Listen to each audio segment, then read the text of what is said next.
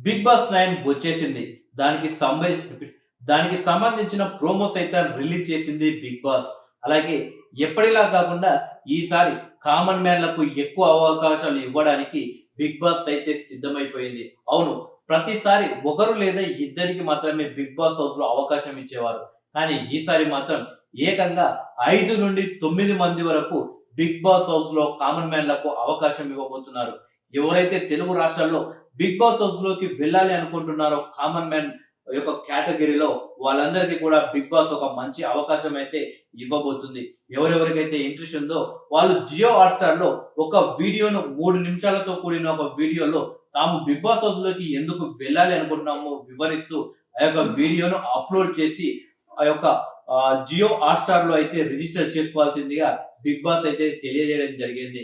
అయితే దాదాపు కొన్ని వందల మందిని సెలెక్ట్ చేసి అందులో లెవెల్ 1, లెవెల్ 2, లెవెల్ 3 యొక్క లెవెల్ 1, లెవెల్ 2, లెవెల్ 3గా కొన్ని టాస్కులు పెట్టి, ఓటింగ్ పెట్టి ఈ యొక్క కామన్ మ్యాన్‌లను ఎంపిక చేసి బిగ్ బాస్ హౌస్‌లోకి అయితే పంపుతారు. సో, ఎవరెవరికైతే బిగ్ బాస్ హౌస్‌కి వెళ్ళాలి అని అనుకుంటున్నారో వారందరూ కూడా త్వరగా రిజిస్టర్ అయితే చేసుకోండి. ఇకపోతే ఈ యొక్క కామన్ మ్యాన్ కేటగిరీలో 5 లేదా 9 మందిని ఈసారి బిగ్ బాస్ హౌస్‌లోకి తీసుకునే అవకాశం అయితే ఉంటుంది. ఇకపోతే సెలబ్రిటీల నుండి ఎవరైతే సోషల్ మీడియా ఇన్‌ఫ్లుయెన్సర్ ఉన్నారో వాళ్ళనైతే బిగ్ బాస్ హౌస్‌లోకి వాళ్ళని 9 మందినైతే తీసుకుంటున్నారు. సో, అందులో ముఖ్యంగా మనకు వినిపిస్తున్న పేర్లొచ్చేసి anchor Rithu Chowdary. So, last టైమే రీతూ చౌదరి వెళ్ళాలి. బట్ లాస్ట్ టైమ్ విష్ణుప్రియ వెళ్ళడంతో రీతూ చౌదరినైతే తీసుకోలేదు హౌస్‌లోకి.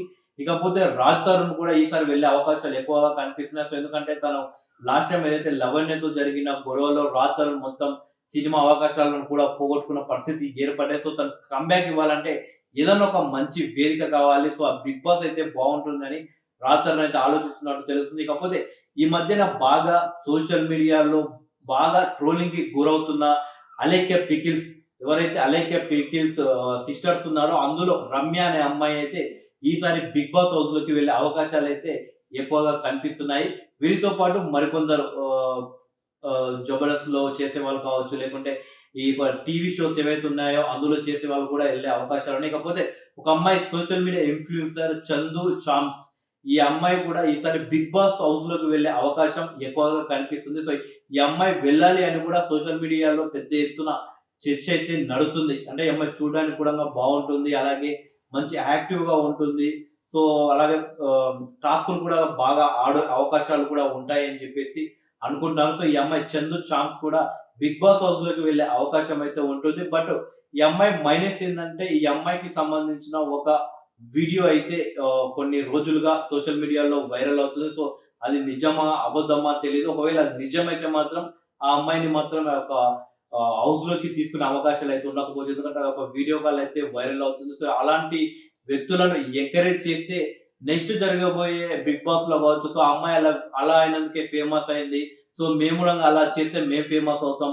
అప్పుడు మేము కూడా బిగ్ బాస్‌లోకి వెళ్తామని ఒక మైండ్ సెట్ అదే ప్రేక్షకుల్లో వచ్చే అవకాశం ఉంటుంది. దాంతో బిగ్ బాస్ ఏదైతే ఉందో సొసైటీని చెడగొట్టినట్టు ఒక ముద్ర వేసుకునే అవకాశం ఉంటుంది. కాబట్టి ఒకవేళ ఆ అమ్మాయి ఏదైతే లీక్ అయిన వీడియో ఉందో, వైరల్ అవుతున్న వీడియో ఉందో అది నిజమైతే మాత్రం ఆ అమ్మాయిని హౌస్‌లోకి అయితే తీసుకోరు అని అనుకుంటున్నాను. ఒకవేళ అది నిజం కాకపోతే మాత్రం ఆ అమ్మాయిని హౌస్‌లోకి తీసుకునే అవకాశాలైతే ఎక్కువగా ఉన్నాయి.